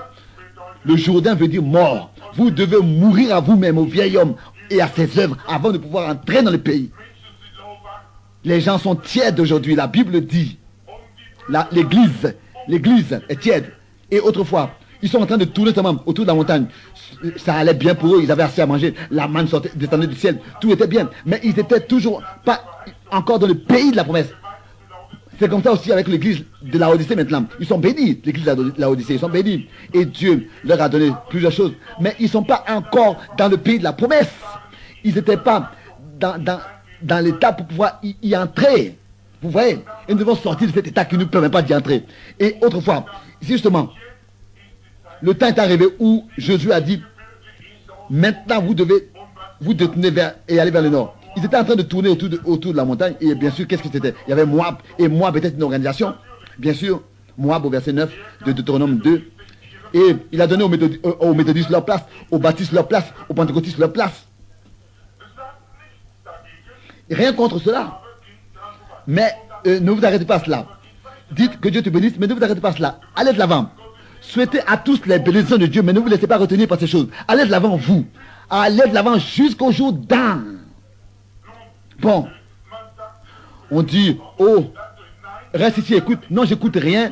Souhaite la bénédiction de Dieu, mais toi, dis que Dieu soit avec toi, mais toi, va de l'avant. Vous, allez de l'avant. N'allez pas écouter quoi que ce soit. Vous, allez de l'avant jusqu'au jour d'un, car nous sommes en train d'entrer dans le pays de la promesse, en train de traverser la frontière, sous la puissance de Dieu. Ne vous arrêtez pas à la frontière. Jésus-Christ disait, les œuvres que j'ai faites, vous les ferez aussi. Vision des grandes choses puissantes doivent avoir lieu dans l'église. Dieu veut restaurer l'église. Il veut la faire entrer dans le pays de la promesse. Mais ils sont en train de tourner autour de la montagne. Ils la connaissent déjà par cœur. C'est une organisation. C'est une montagne d'organisation. Cette montagne-là, c'est une organisation. Hein? Oh frère, madame, nous avons ceci, nous avons cela. Bien sûr, mais vous savez, c'est toujours dans le... Vous vous tournez autour d'un même verset. Hein? Ésaü, la grande dénomination. Et Israël s'est fait elle-même une montagne. Un jour, Dieu avait parlé, il avait dit, abandonnez cette montagne. Je vais vous conduire plus loin. Bien sûr que vous avez été bénis autour de ces montagnes, mais maintenant, vous ne savez rien. Sortez d'ici pour que je puisse vraiment vous bénir. Entrez dans le pays de la promesse qui est rempli de miel et de lait. C'est là que je vais vous apporter. C'est ce que l'Église a besoin aujourd'hui. Elle doit quitter cet endroit, de cet état de la Odyssée. Sortir, quitter cet état tiède. Vous, frères de l'Église pentecôtiste, unitaire ou bien trinitaire, ça n'a pas d'importance. Vous tous, d'où est-ce que vous êtes? Est-ce que nous ne sommes pas restés assez là dans cette organisation? Est-ce que nous voulons maintenant oublier nos différends et joindre ensemble nos cœurs et nos mains et nos motifs et nos intentions et ensemble aller de l'avant dans l'amour, Jésus-Christ en tant que le crucifié, le prêcher et manifester sa victoire et aller de l'avant, prêcher la crucifixion et la résurrection et son retour. Il nous accordera au-dessus de ce que nous demandons et de ce que nous pourrons penser. Vous ne pouvez pas, comme ça, annuler ces symboles qui sont dans la Bible. Non, ce qui s'est passé autrefois dans le domaine terrestre avec Israël se passe maintenant dans le domaine spirituel avec l'Église. Autrefois avec Israël et maintenant avec l'Église. Par exemple, Deutéronome 2, verset 14. Et nous sommes maintenant presque à la fin du chemin. C'est le temps que quelque chose se passe. Je veux, moi, traverser le Jourdain pour entrer dans le pays de la promesse. Nous avons vu de belles choses, bien sûr. Nous ne reprochons rien. Mais nous voulons maintenant nous joindre, nous rassembler, nous unir, être ensemble et aller de l'avant. Nous voulons traverser la frontière. Le Josué, c'est le Saint-Esprit. C'est lui qui a donné les promesses de Dieu. Il est ici pour nous conduire à aller de l'avant. Josué n'a jamais douté. Non. Il était le général de Dieu. C'est vrai. Il était le général de Dieu. Et il allait de l'avant. Et il a conduit le peuple d'Israël. Et le même Saint-Esprit, le général de Dieu, lui, le chef, il est le même qui était venu à Josué, à Jéricho, alors qu'il lui avait demandé, es-tu un ennemi ou bien appartiens-tu à nous? Et il a dit, je suis le général de l'armée de l'Éternel. Et aucune organisation pourra vous retenir, ainsi dit le Seigneur. Ça, vous pouvez vous l'écrire. Écrivez cela sur un livre, vous verrez si cela est vrai ou pas, dans votre livre. Aucune organisation vous fera entrer dans le pays, jamais. Mais c'est seulement le Saint-Esprit qui vous fera entrer dans le pays. Et que vous ne l'aimez pas, comme il est dit, sur le Saint-Esprit, sur l'Esprit de celui qui a ressuscité dans les morts, habite dans vos corps mortels. Alors, le jour de son retour, vos corps seront transformés. Romains 8, verset 11, jusqu'au verset 14. Oh, ça c'est le motif de mon cœur. Je voudrais voir Jésus. Oh, si je pouvais m'élever, chaque frère, et recevoir, qu'il soit ici et là. Je voudrais qu'il soit dans l'église de l'Assemblée de Dieu ou bien dans l'église pentecôtiste. Ça prend d'importance. Bien aimés frères, qui est-ce que vous êtes? Venez, Dieu, nous voulons nous unir, nous rassembler. Et Dieu veut nous donner d'aller de l'avant ensemble. Sortez de tous ces différents groupes. Ça n'a pas d'importance qui vous êtes. Sortez, nous voulons joindre nos cœurs. Et les batailles, les disputes, les querelles, les uns contre les autres ont cessé. Alléluia. Ensemble, nous voulons venir. La réconciliation, le pardon, l'union. Et passer par le Jourdain. Nous voulons entrer dans le pays de la promesse ensemble. Là où nous avons notre possession. Que nous entrons en possession de ce que Dieu a promis pour nous. Oh, qui veut venir avec moi? Je suis sur le chemin dans le pays de la promesse. Je suis sur le chemin dans le pays de la promesse. Est-ce que vous voulez aller avec moi? Oublions nos différends et venons nous joindre, nous unir ensemble. Maintenant, frère Branham chante. Stehe ich, wo es stürmisch ist. Und bin im Begriff hinüberzuschreiten. Et je suis en train d'entrer dans le pays de la promesse. Je me tiens à la frontière, dans le beau pays du Canada. Là où mon héritage est. Levons nos mains et chantons. Je suis sur le chemin vers le pays de la promesse. Je suis sur le chemin dans le pays de la promesse, par le Jourdain.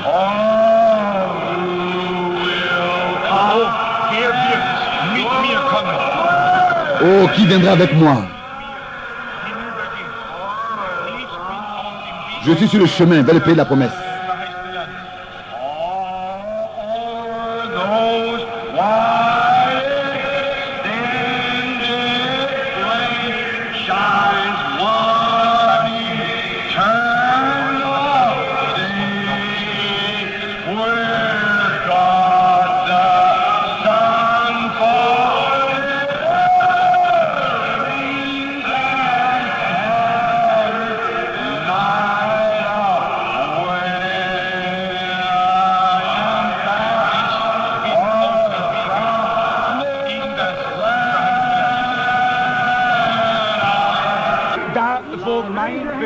Mein Erbteil ist.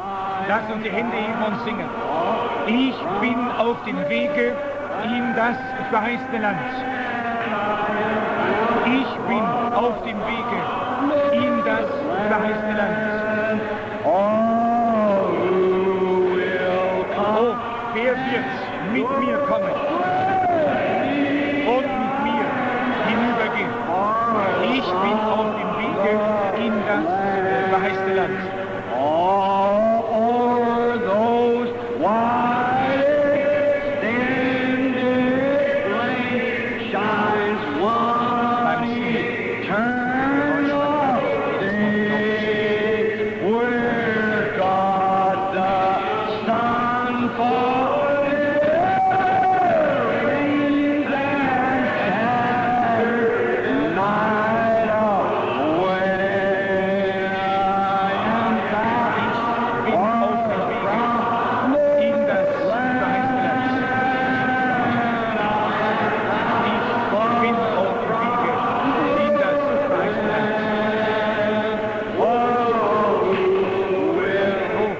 Wer wird mit mir gehen? Mit mir hinübergehen. Ich bin auf dem Wege in das verheißene Land. Wir möchten nichts anderes, das uns führt, sondern der Sohn Gottes in jedem Zeitalter. Nous ne voulons rien d'autre que de considérer le Fils de Dieu dans chaque âge. Le Fils de Dieu dans chaque âge. Et qui puisse nous conduire dans l'union les uns avec les autres. Nous voulons le rencontrer. Vous unitaires, vous les différents groupes, ça n'a pas d'importance. Nous voulons nous aimer, nous serrer les mains et permettre à Dieu de nous unir et de nous préparer ainsi pour son retour. C'est ainsi que nous prétendons marcher sur le chemin qui mène au pays de la promesse. Nous devons mourir, passer par le Jourdain à nos différents et trouver un point de rencontre, Golgotha, et aller de l'avant ensemble.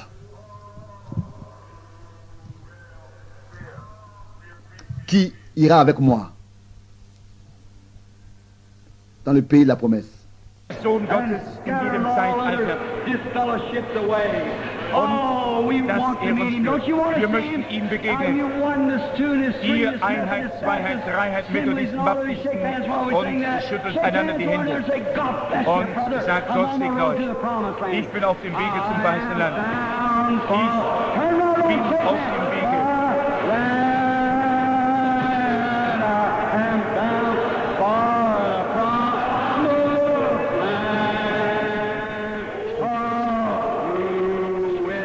Wer wird mit mir gehen?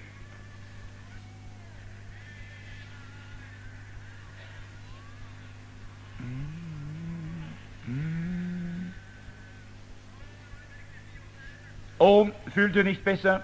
Ne vous sentez-vous pas mieux? Nous vous avons montré quelque chose. J'étais dans l'une des dénominations les plus connues il y a à peu près 3-4 semaines d'ici. Qu'est-ce qui s'est passé? J'avais appelé à l'hôtel et 3-4 pécheurs sont venus. Et après j'ai demandé, est-ce que quelqu'un viendra des croyants pour prier pour ces personnes? Et c'était une église pentecôtiste. Et j'ai demandé que des croyants viennent pour prier pour ces personnes qui sont venues devant. Et personne n'était là pour venir. Et j'ai demandé de nouveau, est-ce que quelqu'un des croyants ne voudrait pas venir pour prier pour eux. J'étais tellement épuisé et j'ai demandé de nouveau, est-ce que quelqu'un pourrait s'il vous plaît venir pour prier avec eux? Et je ne pouvais pas convaincre aucun des croyants de venir. Oh frère, il y a 40 ans d'ici, si un seul venait à l'hôtel devant, il y avait 50 autour de lui pour prier pour lui et avec lui. Leur cœur brûlait avec le feu de l'amour de Dieu. Si vous parlez des baptistes, moi, il n'y a pas longtemps, j'étais au Kentucky dans une assemblée missionnaire baptiste. Et parfois, on dit qu'ils sont froids et formels. Mais ils ne sont pas si formels comme ceux du Nord. Parfois, ils frappent l'un sur le dos, mais ils vont de l'avant ensemble. J'étais là où ma grand-mère était enterrée avec quelques parents et j'avais prêché le retour du Seigneur Jésus-Christ et le baptême de Saint-Esprit là-bas. Et les gens ont commencé à louer et à exalter le Seigneur. C'était loin, on devait aller donc à 30 km éloigné à l'extérieur d'une ville pour aller prêcher. Et j'ai prêché là-bas, ils ont loué le Seigneur et j'ai appelé à l'hôtel. Et je leur disais là-bas, il y avait ma grand-mère, elle était morte dans mes bras. Et elle a été enterrée là-bas dans cette ville, dans cet endroit. Et je lui ai dit avant de mourir, je te reverrai là-bas. Et je leur ai dit, pécheurs, venez, Jésus vous appelle. Et ils criaient, oh Seigneur, fais-moi grâce, moi pécheur. À peu près 20 sont venus devant. Avant même que je puisse appeler à l'hôtel. Avant même que j'appelle, ils sont venus d'eux-mêmes. Et on devait même manger à 11h, mais on a mangé le soir à 2h du matin de l'après-midi. Et c'était dans une église baptiste. Hein. Je ne parle pas de pentecôtiste, c'était dans une église baptiste. Et maintenant, quand on arrive dans l'église pentecôtiste, et les pécheurs donnent leur vie au Seigneur, et personne, j'ai pu convaincre aucun, en tant que serviteur de Christ, j'ai pu convaincre personne de venir pour prier pour eux qui étaient venus devant. Pour ceux qui étaient venus devant. Est-ce que j'ai perdu le sens? Est-ce qu'il y a quelque chose qui est faux avec moi? J'ai demandé à ma femme, j'ai dit, mais bien-aimée chérie, qu'est-ce que je passe avec moi? J'ai demandé au frère mort. Je lui ai demandé, mais est-ce que je suis devenu fou? Qu'est-ce qui se passe? Comme Agrippa disait à Paul, ton instruction t'a rendu fou. Non, c'est pas possible, c'est pas possible, non. Quelqu'un doit se tenir pour la vérité. Quelqu'un doit être là. Il y a un grand prédicateur l'a connu qui me disait, je crois que tu es un homme de Dieu. Laisse-moi t'imposer les mains et prier pour toi. Tu critiques les hommes à trop, les personnes trop. Tu critiques trop. J'ai dit, frère, crois-tu que moi je critique? Il m'a dit, mais c'est pas ça ne te regarde pas. Ce qui te regarde, c'est de prier pour les malades. Je dis, mais c'est pas vrai. Jamais. Dieu n'accorde pas un don seulement pour le poisson et le pain, pour que les gens viennent à cause de la guérison. Non. Il donne des dons et des ministères pour que sa parole soit prêchée, puisse être prêchée. Les miracles, la guérison, c'est seulement pour attirer l'attention des personnes au message qui va suivre. Mais il faut que le message suive. Vous savez qui il est. Et je lui ai dit, tu as un trop grand programme, tu as besoin d'argent. Moi, je n'ai pas besoin d'argent. Je n'ai pas de programme. Je peux me laisser conduire par le Saint-Esprit et prêcher la parole. Alléluia. Gloire à Dieu. Je suis heureux d'être pentecôtiste. Ça, je peux le dire à tous, je suis pentecôtiste. J'ai reçu le Saint-Esprit. Pas une organisation pentecôtiste. Ça, c'est éloigné je suis pentecôtiste par l'expérience de la Pentecôte. Jésus-Christ est mon rédempteur, je l'aime. Et une autre personne connue, grand, dans une organisation, il disait, frère Branham, si tu pouvais seulement faire des compromis sur une petite chose avec nous, nous allons t'envoyer avec un avion personnel aux extrémités de la terre, avec un avion personnel, pour que tu prêches la parole. Je lui ai dit, tu n'as pas honte de me demander que je puisse faire des compromis avec vous? Si tu crois que je suis un serviteur de Dieu, montre-moi où est-ce que je suis dans l'erreur. Avant de parler de compromis. Je lui ai dit, mais comment est-ce que tu peux faire une telle chose et me demander à moi en tant que serviteur de Dieu de faire des compromis. Il me dit, mais je crois que tu es un serviteur de Dieu parce que il y a des années, ma femme était en train de mourir d'un cancer et dans l'église, tu lui as parlé par le don du discernement et elle a été subitement guérie à l'instant même. Et je lui ai dit, mais alors, est-ce que tu n'as pas honte de me demander de faire un compromis avec la parole de Dieu? Tu n'as pas honte? C'est ce que les pères ont déjà fait à cause de l'argent et ont manqué. Vous voyez, il faut qu'un ébranlement vienne pour qu'ils deviennent conscients de ce qu'ils font. Je suis sur le chemin, moi, dans le pays de la promesse, par le Jourdain. Je suis sur le chemin, dans le pays de la promesse. Et qui viendra avec moi, marchera avec moi? Qui marchera, entrera avec moi dans le pays de la promesse?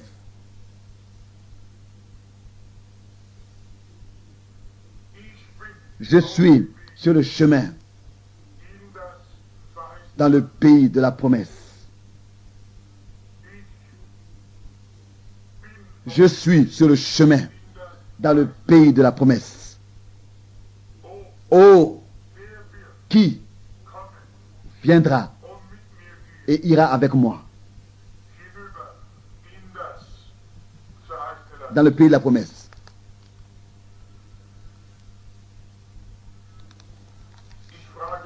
Je me demande maintenant, pendant que nous sommes tous dans le recueillement, seulement le son de la musique est à entendre, du cantique à entendre, est-ce qu'il y a un pécheur ici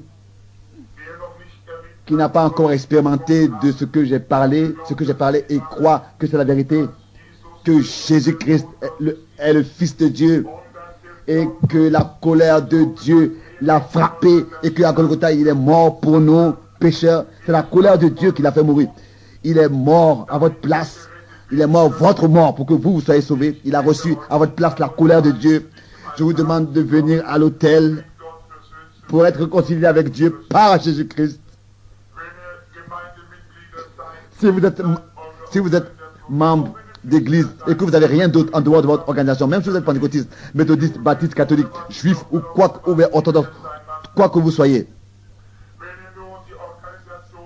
si vous connaissez seulement l'organisation dans laquelle vous êtes et que vous n'êtes pas encore transformé dans votre corps, dans votre cœur, dans votre être intérieur, et que sans compromis, vous suivez le Seigneur, et que vous n'avez rien à voir à faire avec le monde, mais vous êtes mort, et que le monde est crucifié pour vous et vous pour le monde, et qu'en Christ vous voulez vivre. Si vous n'avez pas encore fait cette expérience et que vous ne voulez pas venir à l'autel,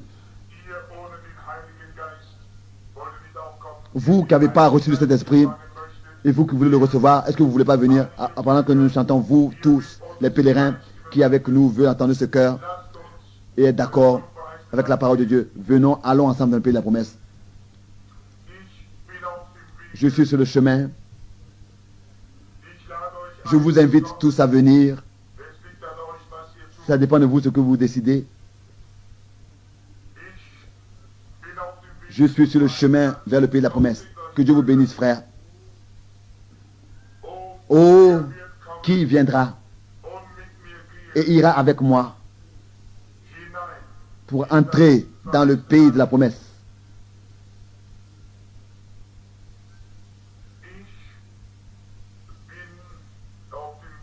Je suis sur le chemin dans le pays de la promesse. Je suis sur le chemin dans le pays, vers le pays de la promesse. Je suis sur le chemin du pays de la promesse. Qui viendra avec moi?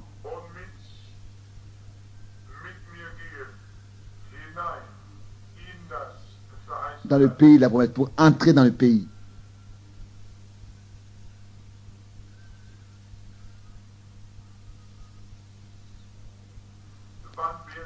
Frère Branham chante. Quand est-ce que je verrai la face de mon Père?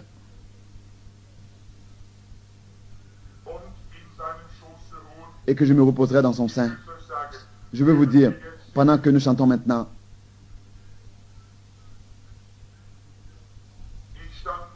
je me tenais là à Jeffersonville, il y a 31 ans d'ici, dans mon premier réveil, et nous avions chanté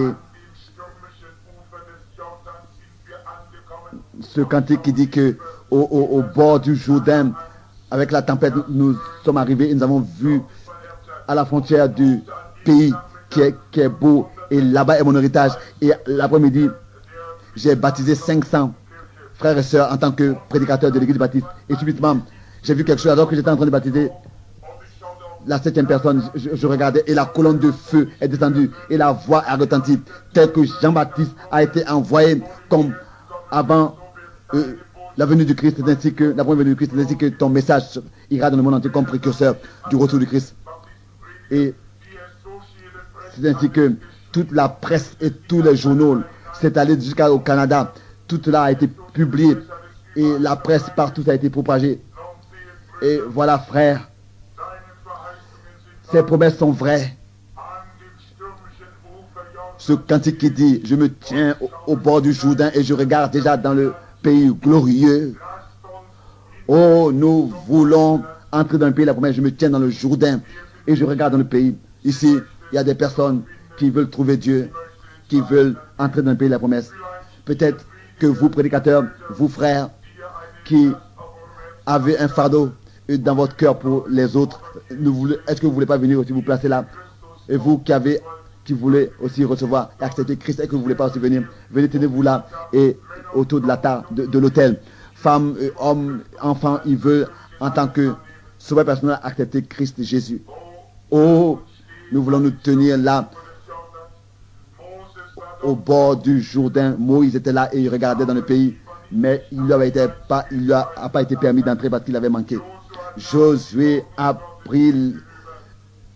reçu l'ordre de Dieu et entré dans le pays avec le peuple. C'est ainsi que la grâce de Dieu nous fera entrer dans le pays. La grâce de Dieu. Oh, en ce bord du Jourdain, plein de tempêtes. Dans la tempête, oh, jeunes et âgés sont venus à l'autel. Nous regardons dans le pays de Canaan, glorieux et beau. Là-bas est mon héritage. Je suis sur le chemin dans le pays de la promesse. Je suis sur le chemin dans le pays de la promesse. Oh, qui viendra et ira avec moi. Je suis sur le chemin dans le pays de la promesse. Soyez tous dans le recueillement pour un petit moment. Je voudrais m'adresser à des personnes qui sont venues. Amis, aujourd'hui, il y a quelque chose qui doit parler avec vous, qui a dû parler avec vous. Il doit parler avec vous pour prendre cette position. Jésus-Christ a dit, tous ceux que le Père m'a donné viendront à moi. Et celui qui vient à moi, je ne le rejetterai pas. Celui qui écoute ma parole et qui croit en celui qui m'a envoyé a reçu la vie éternelle. Il y a seulement une seule forme de vie éternelle. Et c'est la vie de Dieu lui-même, Zoé. Et parce que vous vous êtes levés de vos chaises et vous êtes venus devant, cela montre qu'un esprit vous a conduit ainsi. Vous êtes convaincu que vous étiez dans l'erreur. Le Saint-Esprit vous a convaincu du péché, vous a conduit à prendre votre position devant Dieu. Celui qui me confesse devant les hommes, je le confesserai devant mon Père et devant les saints anges. Ça, c'est la promesse. Il ne peut pas la reprendre, il ne peut pas l'annuler, c'est sa promesse. Il ne peut plus annuler cela. Il est ici pour vous accorder ce dont vous avez besoin. Parce que vous avez pris votre position pour lui. Il prendra sa position pour vous en ce jour. Il a pris votre place et maintenant vous êtes prêts à reconnaître que vous avez vécu d'une manière qui n'était pas correcte. Et vous êtes prêts à croire à lui et à recevoir ce que Dieu vous a préparé. C'est le salut. Écoutez sa parole. Jean 5, verset 25. Celui qui écoute mes paroles et qui croit à celui qui m'a envoyé a reçu la vie éternelle. Dieu, maintenant vous vous tournez à Dieu. Ça c'est déjà Maintenant, Dieu vous accorde la conversion. Ça, c'est une partie du Saint-Esprit qui vous accorde la conversion. Maintenant, le deuxième pas, c'est la sanctification. Toute la souillure sera ôtée. Et le troisième pas, c'est le baptême du Saint-Esprit, d'être baptisé dans le corps de Christ. Et ensuite, vous connaissez personnellement la puissance de Dieu. C'est pour cette raison que vous êtes ici debout, ici devant. Vous avez fait le premier pas pour accepter Jésus-Christ en tant que votre sauveur personnel. Ça, c'est une œuvre du Saint-Esprit. C'est une œuvre du Saint-Esprit en vous. Je voudrais que toute l'Église couvre la tête. Nous prions. Père Céleste, ces personnes-là sont ici. Ils ont honte de leur vie passée. Ils se tiennent ici et ils ont écouté ta voix. Et ils ont reconnu qu'ils ont fait ce qui n'est pas correct. Et ils viennent pour te recevoir en tant que sauveur personnel. Ils viennent ici pour être justifiés par toi. Justifiés par la foi. C'est ainsi que nous avons reçu la paix avec Dieu par notre Seigneur Jésus-Christ. Romains 5. Je te crois, Seigneur. Je crois tes paroles sont vraies. Comme je me tiens ici en tant que ton serviteur, l'un d'eux. Et j'intercède pour eux, pour ces personnes. Et je te rappelle ce que tu as dit. Ils sont ici. Ils sont ici, ils se sont levés, ils sont venus devant. Car ils sont convaincus que tu es le Fils de Dieu. Et tu es mort pour leurs péchés. Et ils veulent accepter ta grâce pleine de pardon, ton pardon plein de grâce. C'est possible de le recevoir car tu l'as promis et ça leur appartient. Ils le croient. Ils croient et ils sont venus pour l'expérimenter personnellement car tu as dit celui qui a honte de moi devant les hommes, tu auras honte de lui devant le Père et les saints anges. Mais celui qui te confesse devant les hommes, tu le confesseras devant ton Père et les anges et les saints anges. Seigneur, ils t'appartiennent. Ils sont convaincus d'être faux. Et par la parole de Dieu, ils sont ici. Et ils avouent qu'ils étaient faux et qu'ils veulent recevoir le pardon. Je prie pour leurs âmes. Je te les remets.